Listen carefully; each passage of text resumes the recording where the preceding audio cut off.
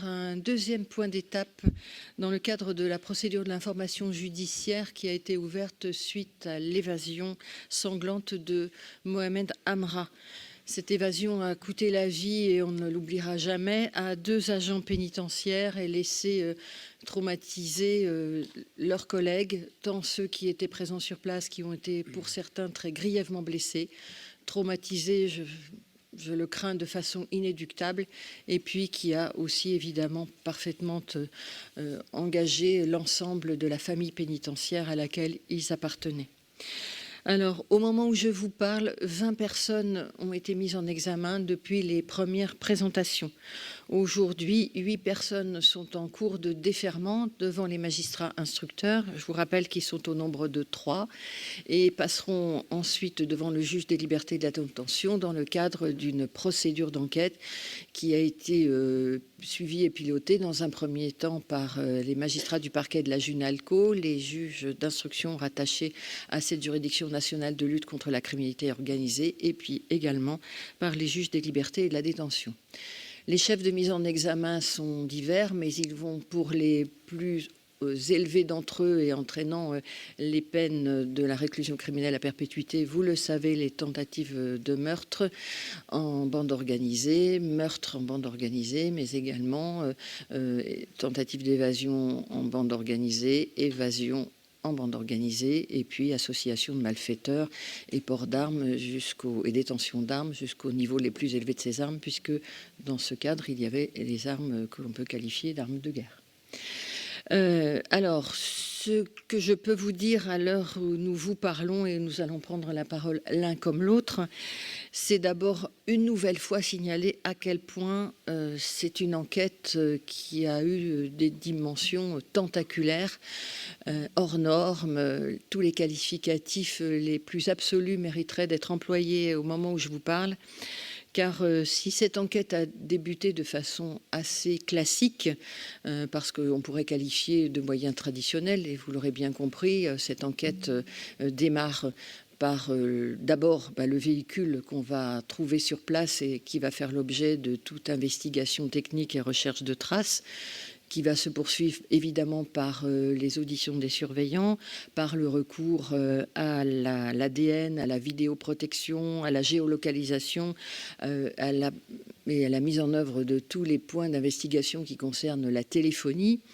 J'ai envie de vous dire que si l'on doit prendre une comparaison, les enquêteurs, lorsqu'ils ont démarré leurs investigations, avaient une forme de pelote de laine sur laquelle ils pouvaient estimer qu'ils avaient un fil à tirer, et que lorsqu'ils ont commencé à dérouler cette pelote, à l'intérieur de cette pelote, il y avait une autre pelote de laine, et des fils n'ont cessé de s'alimenter les uns et les autres au gré d'une enquête qui, si elle a duré 9 mois, a été tout à fait, encore une fois, tentaculaire. Et je crois qu'un certain nombre de données chiffrées vous en apportera la démonstration, au-delà du nombre de tomes que constitue déjà ce dossier et du nombre de codes qu'il comporte.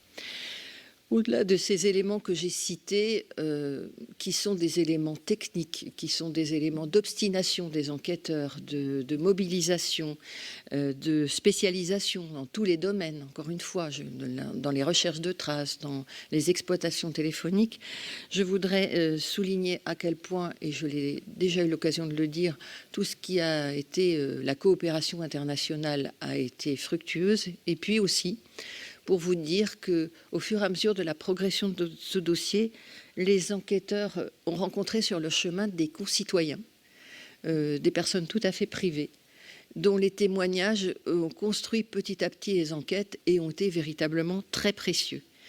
J'insiste vraiment sur la valeur de ces témoignages. Les personnes qui ont entendu dans ce dossier se reconnaîtront, mais leur dire à quel point ils ont été, j'allais dire, des outils précieux, des collaborateurs précieux pour les enquêteurs, et un certain nombre de ces témoignages ont permis des progressions d'enquête tout à fait significatives.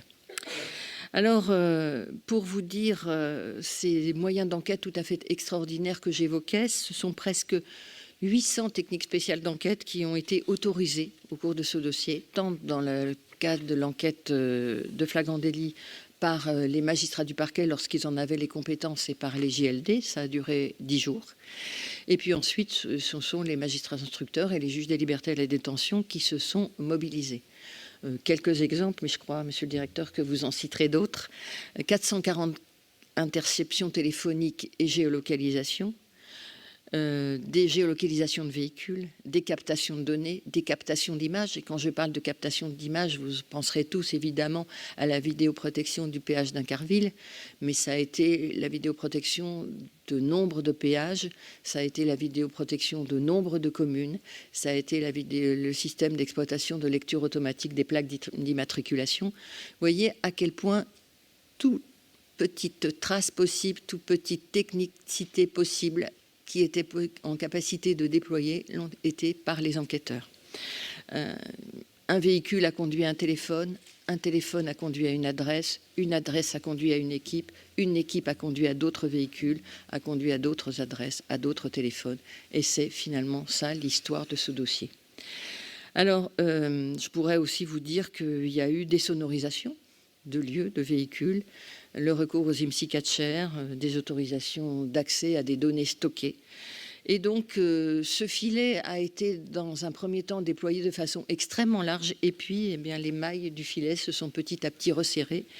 Et le savoir-faire technologique de pointe de tous les services qui ont été mobilisés a fini par payer, je dois le dire. Et toutes les données de connexion qui ont pu être exploitées, je crois, ont pu l'être. J'ai envie aussi de souligner à quel point toutes les pistes ont été investiguées, alors même que des dizaines de pistes existaient déjà.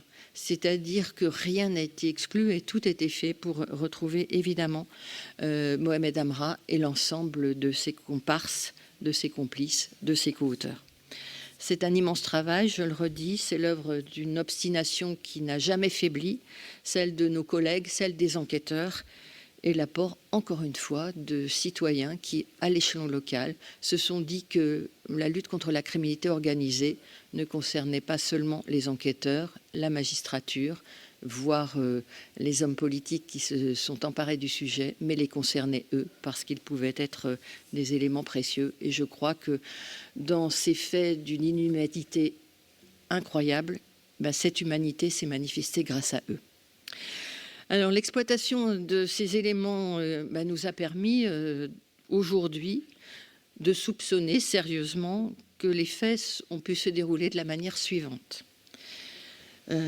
Dès son arrivée à la maison d'arrêt d'Évreux, Mohamed Amra a eu l'intention de s'évader. Et nous le savons par la lecture de certains échanges qui ont pu être retracés par les enquêteurs entre Mohamed Amra et ses comparses. Il a envisagé de scier les baraudages de sa cellule, de dissimuler le fait qu'il avait finalement fait cette opération d'évasion en achetant des grilles amovibles. Et dans ce cadre, un certain nombre de ses comparses ont été identifiés et en tout cas sont mis en examen parce que l'on considère qu'il existe contre eux des indices graves ou concordants. Et ça sera la suite de leurs auditions et la suite des investigations qui permettra de savoir si ces suspicions sont corroborées. Mais on trouve la trace d'achat d'une échelle télescopique, d'une grille de fenêtre, de scotch rouge qu'on retrouve dans la cellule de Mohamed Amra, d'une meuleuse, tout ça, que ce soit dans des magasins tout à fait classiques de la région rouennaise, Brico Dépôt ou sur Le Bon Coin. Et puis, Mohamed Amra a eu aussi un deuxième projet d'évasion par des moyens qui sont finalement très similaires à ce qui a fini être cette attaque mortelle, puisqu'il ressort là aussi d'un certain nombre d'échanges qui ont pu être exploités par les enquêteurs, que lors d'une précédente extraction qui avait eu lieu le 7 mai, jour où il devait être jugé au tribunal judiciaire d'Évreux, eh bien, il avait déjà projeté cette évasion lors de son transfert. Ce projet a pu être avorté non par le fait qu'il y a renoncé ou que ses comparses ne se sont pas sentis en capacité de le faire, mais ça fera référence à ce que je viens de vous indiquer il y a un instant, par le fait qu'un certain nombre de témoins ont repéré, je dirais, le regroupement à une heure avancée de la nuit de 3 véhicules, à l'intérieur de laquelle se trouvaient des personnes dont la tenue vestimentaire paraissait des plus suspectes. Ils ont donc ainsi alerté les services de gendarmerie et, se voyant repérés, ces 3 véhicules ont réussi à prendre la fuite. En l'état des investigations, il semble que ces 3 véhicules puissent être rapprochés des 3 véhicules qui ont été utilisés lors de l'attaque qui a été perpétrée au péage d'Incarville. Et puis, il y a eu cette évasion tragique, car mortelle, car en conséquence que j'ai déjà décrite de blessures graves pour des agents pénitentiaires et de traumatisme absolu, ce 14 mai, au scénario suivant. D'abord, 2 personnes qui se trouvent devant le tribunal judiciaire de Rouen et qui vont être chargées de donner le top départ du commando. 2 personnes qui sont susceptibles d'avoir fait le guet, en tout cas qui en sont suspectées, au moment où Mohamed Amra est présenté devant un magistrat instructeur. Là aussi, et c'est, je dirais, de façon récurrente qu'on va le trouver dans ce dossier, c'est la contribution de témoins qui va permettre d'identifier ces 2 personnes au comportement suspect. Une vidéoprotection montre que l'un d'eux a fait preuve d'une particulière prudence lorsqu'on le voit monter dans un véhicule BMW. Il fait attention, en manipulant les portières, de ne laisser absolument aucune empreinte digitale ou ADN. On le voit ensuite partir à bord d'une BMW et on sait que cette BMW va prendre la route du péage d'Incarville à vive allure, mais elle arrivera après que les meurtres aient été perpétrés, les tentatives de meurtre, et après l'évasion de la bande qui s'était organisée à cette fin. Deuxième temporalité, l'attaque du péage d'Incarville. 4 personnes ont été vues sortir armées de 2 véhicules, un véhicule Audi et le véhicule 5008. Ce véhicule 5008 était celui qui a percuté de face le fourgon. Le véhicule Audi était celui qui s'est placé derrière les 2 véhicules pénitentiaires qui assuraient l'extraction de Mohamed Amra. Au total, sur cette temporalité des faits, ce sont 7 personnes qui sont soupçonnées d'avoir pris part à ce commando mortel. Mais je tiens ici à préciser que nous avons dans l'idée, le raisonnement, ou en tout cas la détermination de considérer que feront partie de ce commando mortel et en tout cas en porteront la responsabilité tous ceux qui y auront participé à cette action, tous ceux sans lesquels l'action n'aurait pu aboutir à ces conséquences tragiques. Alors, l'essentiel de celles-ci ont pu être interpellées et ont été mises en examen, mais évidemment, pour des raisons évidentes, à la fois de respect de la présomption d'innocence, mais aussi pour le déroulement à venir des magistrats instructeurs, je ne me prononcerai pas aujourd'hui et je vous expliquerai pas aujourd'hui le rôle précis de chacun, tant observé, comme j'ai déjà eu l'intention de l'indiquer, déjà indiqué qu'un certain nombre d'entre eux ont gardé le silence tant au cours de leurs auditions qu'au cours de leur mise en examen, et qu'un certain nombre d'éléments présents au dossier leur seront opposés ou leur seront présentés et qu'il conviendra ainsi de recueillir leurs explications. Les auditions glaçantes des agents pénitentiaires qui ont survécu à cette attaque sanglante sont très claires. Mohamed Amra n'a pas été surpris par cette agression. Il s'y attendait au contraire et il a activement participé à s'extraire du fourgon pour rejoindre une équipe qu'il connaissait et qui ne l'a jamais menacé. Il faut souligner cette violence inégalée qui s'est déchaînée à ce moment-là. On n'a laissé aucune chance aux 2 personnes qui sont décédées sur le lieu des faits. Les chauffeurs des véhicules qui sont restés vivants ont été pris d'une telle sidération que lorsqu'on a demandé à l'un d'entre eux de donner les clés pour pouvoir extraire Mohamed Amra, il était dans l'incapacité de retrouver les clés et c'est un des membres du commando qui les a cherchées à sa place. Bien sûr, il y a des agents pénitentiaires qui ont fait usage de leurs armes en riposte. Ça n'a, hélas, pas suffi à protéger ceux qui ont été victimes dans les circonstances que j'ai déjà décrites. La violence du commando est telle que, un autre exemple que je peux vous citer, l'un des agents pénitentiaires, alors même qu'il était allongé au sol et ne constituait pour le commando plus aucune menace, a été encore victime d'un tir dans le genou qui l'a très grièvement atteint. Mohamed Amra et donc ses 4 comparses sont repartis ensuite à bord du véhicule qui ont été retrouvés incendiés. Je l'ai déjà eu l'occasion de le préciser, mais sans doute vous en doutiez-vous, ces véhicules avaient été précédemment volés et avaient vu leur plaque d'immatriculation maquillée. L'exploitation des indices que j'ai déjà énumérés, qu'ils soient matériels, qu'ils soient de téléphonie, qu'ils soient de reconstitution des parcours, a permis d'identifier donc toute l'équipe qui s'était déployée autour de l'évasion de Mohamed Amra. Il y avait sa garde rapprochée, et puis il y a eu aussi un certain nombre de personnes qui ont été recrutées. Nous retrouvons un schéma, j'oserais dire classique désormais, de la criminalité organisée, c'est-à-dire des équipes structurées qui se connaissent de façon ancienne et plutôt rapprochée, et puis aussi des recours à ce qu'on appelle, à tort, des petites mains. Je dis à tort car, encore une fois, sans leur acceptation de participer à cette construction de l'évasion, sans doute celle-ci aurait été rendue plus complexe pour l'ensemble des membres du commando. Elles font partie de ce rouage criminel et elles devront s'en expliquer. Sans elles, sans doute, tout aurait été plus difficile et peut-être tout ne se serait-il pas réalisé et construit. À ce moment-là, on perd la trace de Mohamed Amra. Toutes les hypothèses, je l'ai déjà dit, ont été exploitées.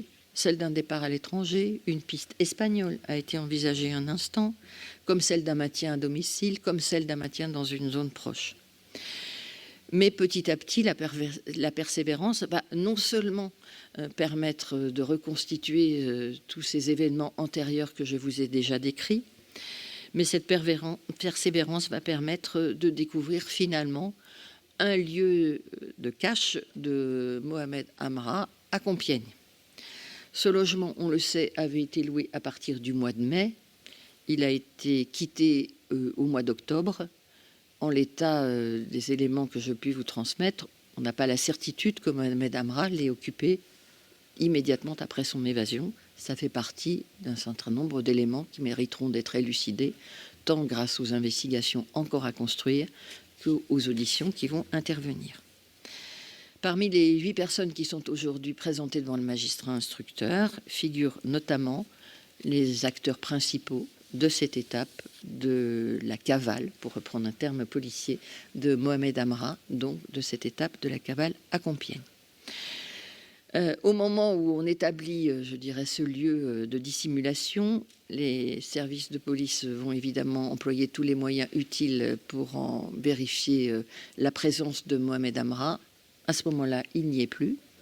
On va poursuivre sa recherche, comprendre petit à petit qu'il a pu revenir à Rouen, et enfin, téléphonie, recoupement, investigation, obstination, technicité, vont nous permettre d'apprendre qu'il est parti en Roumanie.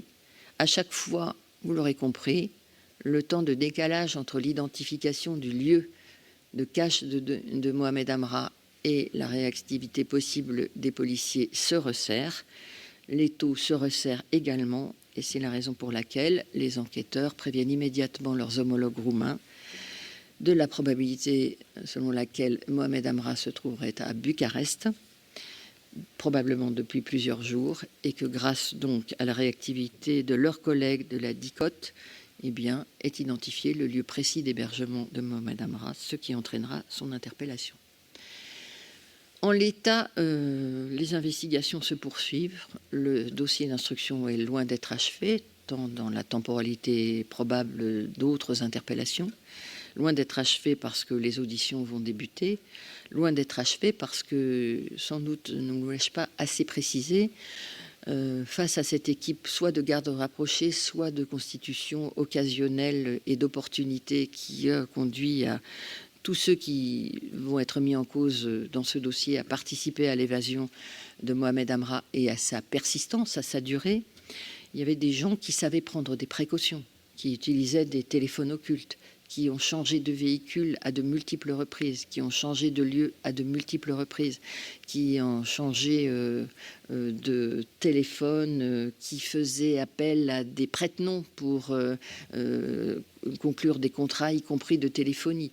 Donc, eh bien, évidemment, toutes les investigations techniques qui ont été lancées se poursuivent dans leur exploitation. Les perquisitions qui ont eu lieu à la suite des interpellations qui ont eu lieu ces dernières semaines ont apporté à nouveau des saisies possibles qui vont à nouveau être exploitées. Et ce dossier qui est d'ores et déjà tentaculaire le deviendra sans doute encore davantage. En l'état, le travail se poursuit donc. 2 personnes sont en attente d'extradition au Maroc. Et ayant très récemment rencontré Madame la consul du Maroc à Paris, je suis assurée de l'excellence de la coopération avec les autorités marocaines et j'ai vraiment de bon espoir sur le fait que ces extraditions se concrétisent. Une personne fait l'objet d'une fiche d'Interpol, vous la connaissez puisqu'elle a été diffusée, mais tant que cette personne n'est pas été interpellée, vous conviendrez que je ne peux rien affirmer sur son rôle, sur les éléments qui nous permettent d'avoir diffusé cette fiche et sur l'état des suspicions et à quelle étape on peut considérer qu'elle est susceptible d'être intervenue dans notre dossier. Encore une fois, et j'achèverai là ma prise de parole avant de la céder à Monsieur le directeur national de la police judiciaire, je voudrais saluer tous ceux qui ont participé à cette enquête pénale, les magistrats de la Junalco bien sûr, l'ensemble des services de police, la DNPJ, le SRPJ de Rouen, parce que c'est lui qui a commencé et qui a préservé la scène, l'Office central de lutte contre le crime organisé, les services de gendarmerie qui ont aussi porté assistance et qui n'ont pas manqué d'être associés à ces investigations lorsque cela a été nécessaire, l'entraide pénale internationale et enfin nos citoyens dont la contribution a été tout à fait remarquable. Monsieur le directeur, je vous cède la parole. Merci. Merci Madame la procureure. Mesdames, Messieurs, donc effectivement l'idée pour moi aujourd'hui c'était peut-être de vous donner quelques éléments de compréhension qui puissent vous permettre de percevoir le dimensionnement extraordinaire de cette enquête, de cette affaire et des moyens qui ont été rendus nécessaires pour la voir aboutir. C'est une enquête que l'on qualifierait volontiers d'hors norme, je pense autant pour les services d'enquête que pour les services de la justice. Madame la procureure a évoqué déjà un certain nombre d'éléments qui l'indiquent et je pense pouvoir vous compléter évidemment avec quelques chiffres, ne serait-ce que pour vous fixer un peu le cadre général de l'investissement qui a été le nôtre et des enquêteurs qui ont porté cette enquête, ce dossier, ces investigations, de vous faire comprendre un petit peu aussi pourquoi il a fallu du temps, à la fois pour localiser Mohamed Amra, mais tout en même temps, finalement, identifier l'équipe qui lui a permis à la fois de s'évader et d'assurer sa cavale. On a un travail vraiment, je vous le dis, sans en toute simplicité, extraordinaire qui a été porté par des enquêteurs. Ça a été indiqué, mais à peu près donc 800 techniques de surveillance. On a eu des pics jusqu'à 350 techniques placées en même temps. Ça veut dire que derrière, quand on les place, on les exploite. C'est quelque chose qui est énorme. Nous avons évidemment des bases informatiques numériques qui nous permettent de travailler et de trier et de travailler sur l'information numérique. Cette base aujourd'hui est à plus de 230 millions de lignes de communication. 230 millions de lignes. Des personnes ont été surveillées, évidemment, sans doute, suivies, écoutées, localisées. À la fois dans leur personne, mais aussi par rapport à leur environnement, leurs contacts, plus d'une 50aine. Et puis, on a travaillé à l'international, ça a été indiqué, grâce à une coopération qui a été totale et puis l'engagement des magistrats qui nous ont délivré aussi les moyens pour pouvoir activer des enquêtes à l'étranger, donc avec des demandes d'enquête qui ont été transmises à des États partenaires, une quarantaine pour les USA, 22 pour l'Espagne, vous voyez, c'est assez précis, les Pays-Bas, 3, 2 pour la Belgique, et y compris aussi d'ailleurs une sur un autre pays qui était plutôt orienté sur l'Albanie. Donc ça vous donne quand même une idée un petit peu du champ d'investigation qu'il a fallu porter, de vérification, durant ces longs mois. Alors, évidemment, pourquoi on en est arrivé là? Je crois que ça a déjà été un petit peu indiqué. Je crois que la première surprise d'une enquête qui finalement apparaissait assez classique, malheureusement, et je ne veux pas banaliser la gravité des faits, mais en tout cas dans la méthode d'enquête qu'on envisageait, une évasion, évidemment des moyens qu'il faut engager tout de suite très importants par rapport à l'enjeu qu'il y a en termes d'impact et puis des victimes, enfin bon voilà, donc et puis une course contre la montre pour essayer de remettre la main sur Mohamed Amra, et puis finalement on a été confronté assez rapidement à une réalité, c'est en fait l'équipe qui est à sa disposition à ce moment-là et qui conduit finalement au fond à ce nombre important d'interpellations et de mise en examen aussi, l'équipe qui lui apporte un soutien, une logistique à la fois avant et pendant et puis après. Et ça, c'était quelque chose que nous n'envisagions pas de cette manière-là. Le deuxième point, c'était également la maîtrise parfaite que Mohamed Amra a de l'utilisation des messageries numériques, des outils grand public d'ailleurs, qui a nécessité effectivement de pouvoir juxtaposer au fond des bribes d'informations pour pouvoir avoir une vision globale au fond des choses et d'avoir des éléments de compréhension sur ceux qui justement lui ont prêté assistance, ceux qui ont participé aux faits, lui ont prêté assistance et puis ensuite on lui ont permis de disparaître. Voilà, c'était l'enjeu majeur et c'est pour cela que j'indiquais cette donnée concernant les lignes de communication. Évidemment, il y a une ingénierie procédurale derrière tout cela qui était énorme et un engagement des enquêteurs total. Je voudrais juste peut-être compléter, mais vous vous en doutez qu'il a fallu agréger toutes les compétences métiers, du métier de policier, j'ai envie de dire, des compétences d'investigation, des compétences techniques, des compétences numériques, cyber, des compétences scientifiques. Et puis le flair aussi du policier qui permet de comprendre les choses là où finalement vous avez de la donnée numérique et de la donnée statistique. Voilà, c'est un petit peu ça. Donc on a travaillé sur tous ces sujets-là, évidemment des surveillances, des filatures, et puis à l'arrivée une photographie qui permet de comprendre ce qui s'est passé jusqu'au moment où on a pu resserrer, comme ça a été indiqué tout à l'heure, retirer le fil et le raccourcir, j'ai envie de dire, jusqu'à l'interpellation de Mohamed Amra. Voilà ce que je voulais vous dire ce soir. Alors si vous le souhaitez, avec les réserves à garder sur les enquêtes qui doivent continuer à prospérer et des auditions qui n'ont pas encore été réalisées par le magistrat instructeur.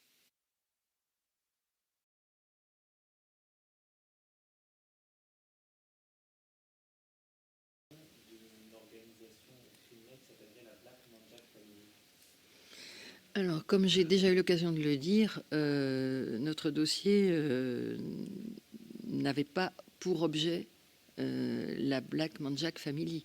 Notre dossier avait pour objet de retrouver Mohamed Amra, ses comparses, et de le retrouver lui. Donc, en l'état, je n'ai rien à dire sur la Black Manjack Family.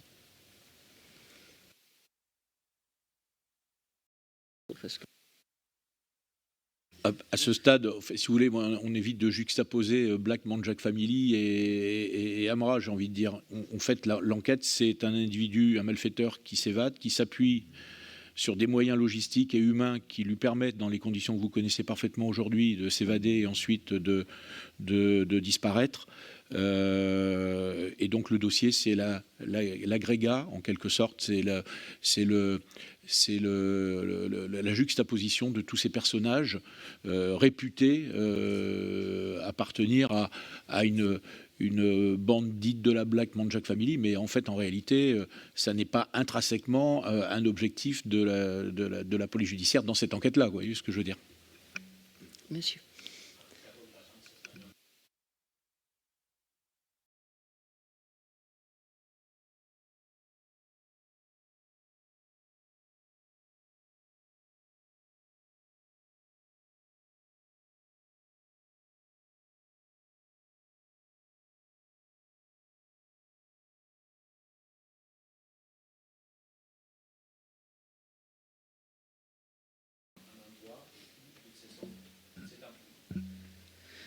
En l'état, ce qui a été... Alors, encore une fois, ce qui s'est passé en Espagne, c'était l'interpellation de cette personne qui était susceptible d'être mise en cause dans le dossier de Mohamed Amra. Un certain nombre d'éléments, comme ça s'est passé en France ou ailleurs, ont pu être appréhendés à l'occasion de cette perquisition et ils sont en cours d'exploitation. Donc, je n'ai pas d'autres informations à donner que cela. C'est-à-dire que certes, il y a eu aussi des saisies d'objets qui, dans le cadre de l'entraide pénale internationale, ont été retrouvés, mais ils feront l'objet d'exploitation ultérieure par les services d'enquête afin de savoir s'ils peuvent nous éclairer encore davantage sur la réalité de ce dossier.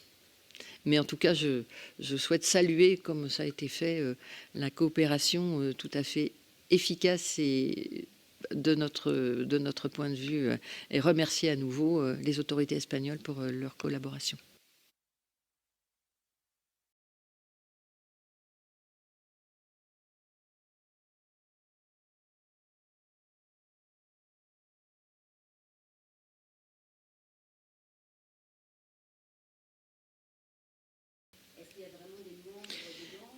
Non, les fils que nous avons tirés ont été des fils qui ont été objectifs et pas des fils réputationnels. C'est-à-dire que quand on tire un fil, c'est parce qu'on a un véhicule qui nous amène à une personne, cette personne qui utilise ce véhicule avec d'autres. Quand on a un téléphone, c'est ce téléphone qui est utilisé dans un domicile ou qui est utilisé dans un lieu, ce lieu qui nous permet de faire des points de comparaison. J'ai presque envie de vous dire des points de compromission.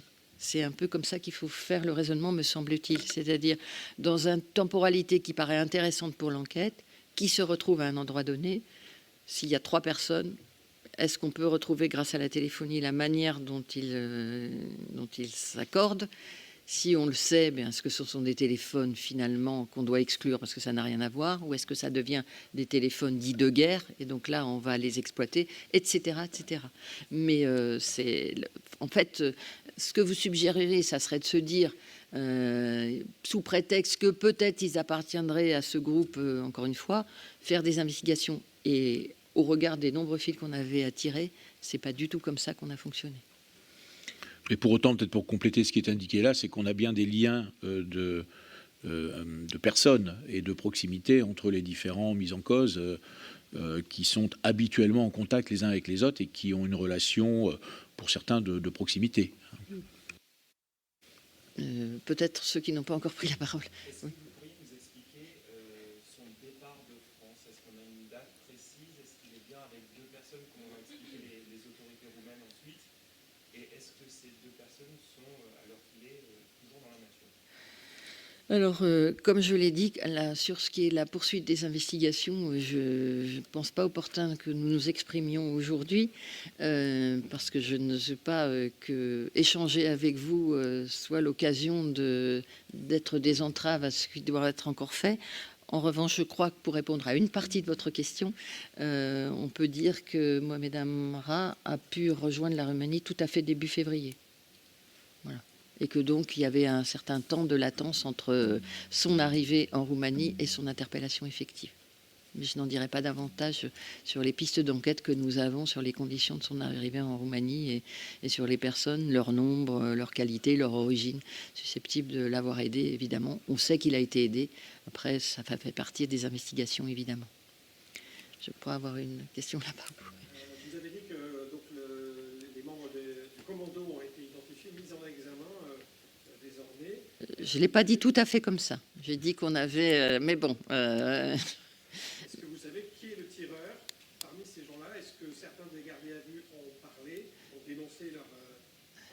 Alors, ce que j'ai dit, c'est que la plupart des intéressés s'étaient livrés à aucune déclaration, tant au cours de leur garde à vue que devant le magistrat instructeur. Donc, c'est à partir de ces éléments-là que nous allons travailler. Et à partir du moment où on a, je dirais, nous semble-t-il, des indices graves ou concordants, pour reprendre le texte particulier du Code de procédure pénale, d'avoir une partie des membres du commando, on peut penser qu'on a une partie de ceux qui étaient armés. Après, c'est les suites des investigations, tant techniques, parce qu'encore une fois, il y a encore des investigations techniques à faire, que des auditions qui me permettront de plus vous renseigner sur ce point. Ultérieurement. Ça paraît logique, mais pour être bien précis, est-ce que vos investigations vous assurent de manière certaine que Mohamed Amra est bien le cerveau de cette opération? J'entends celui qui l'a pensé, qui l'a voulu et qui l'a organisé. Et si c'est bien lui, est-ce que c'est le seul? On ne peut pas dire que Mohamed Amra s'est évadé sans le savoir. Et on a un certain nombre d'éléments dans ce dossier qui nous démontrent qu'en tout cas, sur le premier projet d'évasion qu'il avait, il était bien aux manettes pour ce premier projet d'évasion. Il en est à l'origine. Sur ce premier projet de tentative d'évasion, oui. Après, on a un certain nombre d'éléments qui, là aussi, seront, à la suite des interpellations, vérifiés, validés et confortés. Juste peut-être pour, sans rentrer dans le détail qu'on ne peut pas faire aujourd'hui, mais il est évident que c'est une opération, cette évasion est une opération montée, concertée, organisée, minutée même, j'ai envie de dire. Ça a été indiqué avec des rôles qui ont été attribués aux uns et aux autres. Donc nécessairement, cette concertation, par nature, induit qu'il y ait plusieurs participants à l'élaboration du projet.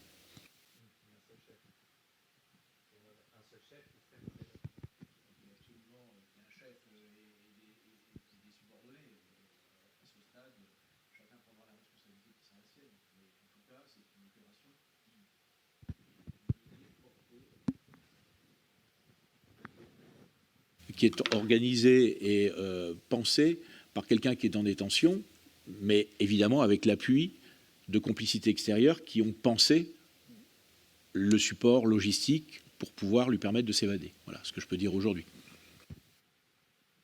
Est-ce qu'il y a encore une ou deux questions?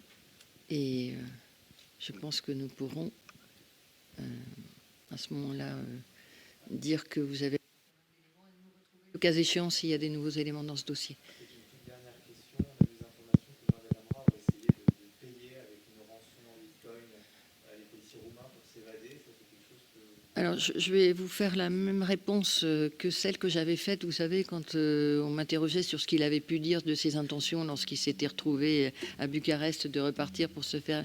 Ce sont des éléments qui ont été donnés effectivement par les autorités roumaines, mais les seuls éléments sur lesquels la justice peut s'appuyer, en l'occurrence, et ça c'est le Code de procédure pénale qui l'indique, c'est les éléments qu'on a au dossier.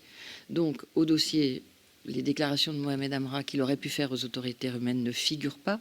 En revanche, si c'est une réalité, je ne doute pas que les autorités roumaines, ce qu'elles pourraient faire, ça ferait une dénonciation, puisqu'il est désormais détenu chez nous, de ce type de faits qui pourraient être effectivement des faits de corruption, et auquel cas ça donnerait lieu à une enquête parallèle si ces faits étaient avérés.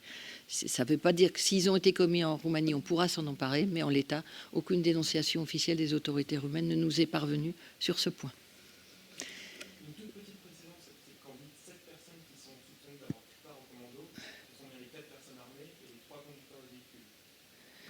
Alors, il y a les 4, si je résume, il y a les 2 qui donnent le top départ, il y a le conducteur de la 3008, qui est 5008. de la 5008, pardon, de la 5008, le conducteur de l'Audi. Et donc, dans la 5008, il y a 2 autres personnes. Dans l'Audi. Ah, c'est dans l'Audi, pardon. Dans l'Audi. Voilà. Il y a 2 autres personnes. Oui, c'est ça. La 5008 est le véhicule qui percute et l'Audi est le véhicule qui suit, à l'intérieur de laquelle il se trouvent plusieurs personnes.